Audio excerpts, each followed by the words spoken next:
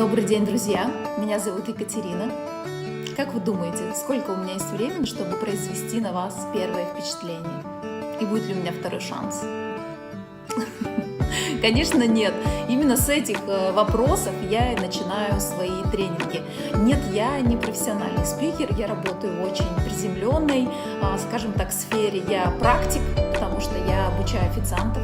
Уже 4 года я ресторатор и сама занимаюсь тем, что обучаю свой линейный персонал навыку построения эффективных коммуникаций. И мы говорим даже не столько о сервисе, сколько о психологии, взаимодействия людей и о том, как произвести первое впечатление, как управлять этим процессом, насколько это важно и какую роль во всем этом играет то, что мы говорим и как мы говорим.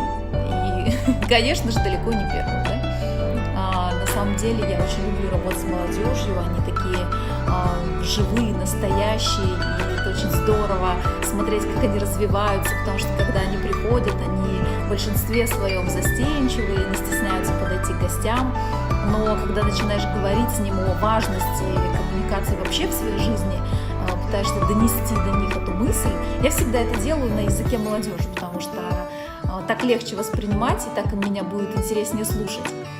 И мы говорим о том, что коммуникации – это вся ваша жизнь, по сути.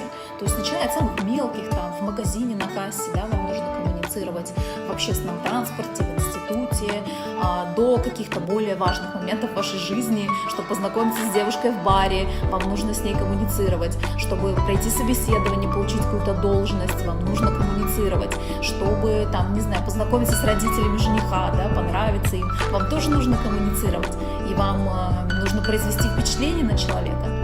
И даже если вы ничего для этого не делаете, стараетесь вы или не стараетесь, вы все равно производите впечатление на человека. Так вот, как управлять этим процессом и так, чтобы он, скажем так, сыграл вам на руку, вот об этом я и говорю обычно в своих выступлениях.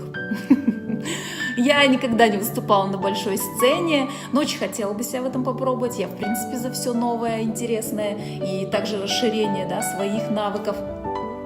Поэтому буду очень рада, если у меня получится. И надеюсь, у меня получилось произвести на вас хорошее впечатление.